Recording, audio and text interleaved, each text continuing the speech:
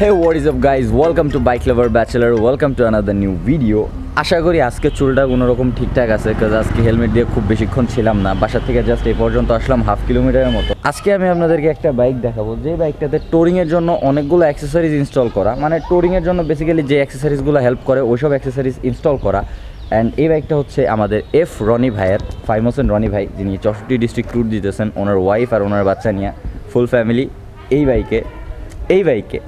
Bike Benly 165S, যে বাইকে একজনের বেশি দুইজন উঠলে কমফোর্ট কমে যায়, সেই বাইকে উনি, ওনার ওয়াইফ আর ওনার বাচ্চাটা। তো এখন চলুন বাইকটা আপনাদেরকে দেখাই, হালকা একটু রাইড করব।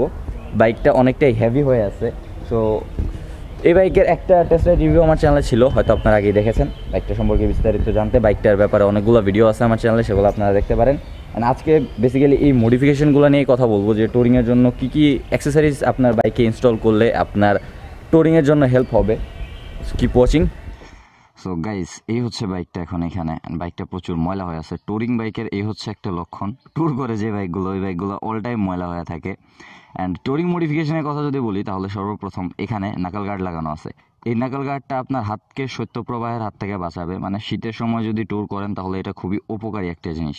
দেন হ্যান্ডেল গ্রিপগুলো চেঞ্জ করা আছে, কোন ব্র্যান্ডের আই ডোন্ট নো, ভাইয়ের কাছে জিজ্ঞাসা করবো একটু পরে।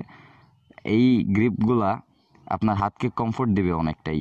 এ পাশে একটা মোবাইল হোল্ডার ইনস্টল করা আছে। টোরিংয়ের জন্য মোবাইল হোল্ডার হচ্ছে মাস্ট, কারণ দেখা যায় যে টোরিংয়ের মধ্যে অনেক সময় ম্যাপ ইউজ করতে হয়, অ্যান্ড ম্যাপ ইউজ করার জন্য মোবাইল হোল্ডার না থাকলে ওই হাতে ধরে তো আর ম্যাপ ইউজ করতে পারবেন না। সো কোনো জায়গায় ট্যুরে যাওয়ার আগে একটু লক্ষ্য রাখুন বাইকে যেন মোবাইল হোল্ডার অবশ্যই থাকে। এই পাশে দুটো ফগ লাইট ইনস্টল করা আছে। অ্যান্ড এখন বাংলাদেশের রোডের যেরকম অবস্থা, মানে বেশিরভাগ হাইওয়েতে কিন্তু লাইট এখনও নাই। সো বড় বড় বাস ট্রাকের আলোতে আপনার বাইকের লাইট যেরকমই হোক দেখা যাবে না, ফগ লাইটও ইম্পর্টেন্ট। সো টুরিংয়ের আগে ভালো কোয়ালিটির দুটো ফগ লাইট লাগিয়ে নিতে পারলেও বেটার হবে আপনার জন্য। এখানে লাগানো আছে ক্র্যাশ গার্ডও টুরিংয়ের জন্য খুবই ইম্পর্টেন্ট, কারণ ট্যুর করার মধ্যে বাইক একবার দুইবার পড়বেই, অ্যান্ড একবার দুইবার পড়ার পরে বাইকের জন্য কোনো ক্ষতি না হয়, এই জন্য ক্র্যাশ গার্ড খুবই ইম্পর্টেন্ট।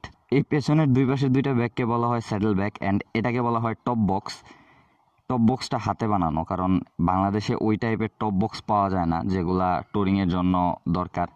বাংলাদেশে আসলে বাইক অ্যাক্সেসরিজ খুবই কম পাওয়া যায়, শুধুমাত্র এই সিসি লিমিটেশনের কারণে। তো এখন চলেন হালকা বাইকটা একটু রাইড করে দেখি। বাইকটা এখন প্রচুর হেভি হয়ে আছে এত লোডিংয়ের জন্য। হেভি বাইক রাইড করে মজা খুব কম পাওয়া যায়। বেনলি 165S খুবই ফাস্ট অ্যাক্সিলারেশনের একটা বাইক, একদম একটা ফিল আসে বাইকটা রাইড করে, বাট আজকে সেটা পাওয়া যাবে না এই ব্যাগের জন্য। 165S এর সিট হাইট অনেক কম।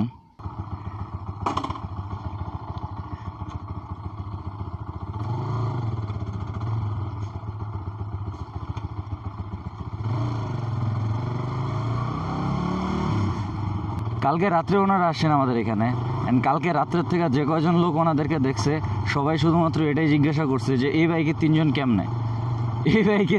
কেমনে, যদিও একজন বাচ্চা। আচ্ছা, আপনাদেরকে হয়তো বলা হয় নাই, আমি হচ্ছি তাজুল ইসলাম লাম, অ্যান্ড আমি বাংলাদেশ থেকে লাদাখে ট্যুর দিতেছি। এ হচ্ছে আমার বাইক, ফুললি লোডেড। আমি এখন লাদাখ যাচ্ছি। জাস্ট জোকিং গাইস, বাট এই বাইকটা তো ওরকম একটা ফিল আসতেছে যে হ্যাঁ আমি একটা লং ট্যুরে যাচ্ছি রাইড করে, কারণ হেভিনেসটা ফিল হচ্ছে, পিছনে যে ব্যাগগুলা বাঁধা আছে এটা ফিল হচ্ছে। এই বাইকের এক্সস্ট সাউন্ড একটু অন্যরকম লাগতেছে অন্যান্য বেনলি 165S এর থেকে। মেবি কোনো কাজ করানো হয়েছে, এক্সস্ট চেঞ্জ করা হয় না, এক্সস্ট স্টক যেটা থাকে ওইটাই রাখা হয়েছে। এই বাইকটাকে আমি টানার জন্য আনি নাই, এই বাইকটাকে আনছি আমি একটু এই ফিলটা নেওয়ার জন্য, যে এরকম টোনিংয়ের জন্য লোডেড বাইক রাইড করতে কেমন লাগে। ফ্লেম মারলো নাকি? এই বাইকের সিটটা অনেকটাই নরম আছে, টোরিংয়ের জন্য কমফোর্ট অনেক বড় একটা জিনিস, পাওয়ারের থেকেও কমফোর্টটা বেশি লাগে টোরিংয়ে। তার মানে এই না যে পাওয়ারটা লাগেই না, পাওয়ার অ্যান্ড কমফোর্টের একটা পারফেক্ট কম্বো যখন আপনার কাছে থাকবে তখনই আপনি শান্তি মতো ট্যুর করতে পারবেন।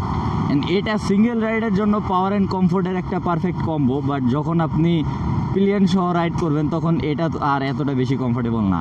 দেখা যায় ব্রেক করলে পিলিয়ন আপনার উপরে এসে পড়ে। এলাকার লোকজনও আমার দেখে এটাই ভাববো যে আমি দূর থেকে কোথাও ট্যুরে আসছি।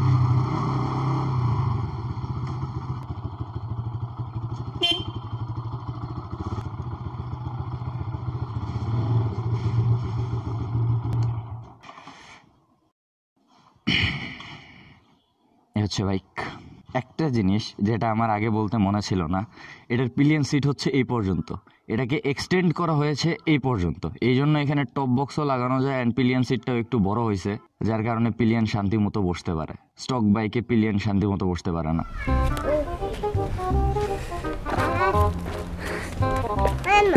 এটা ভালো নাকি এটা ভালো? এটা ভালো। হ্যাঁ,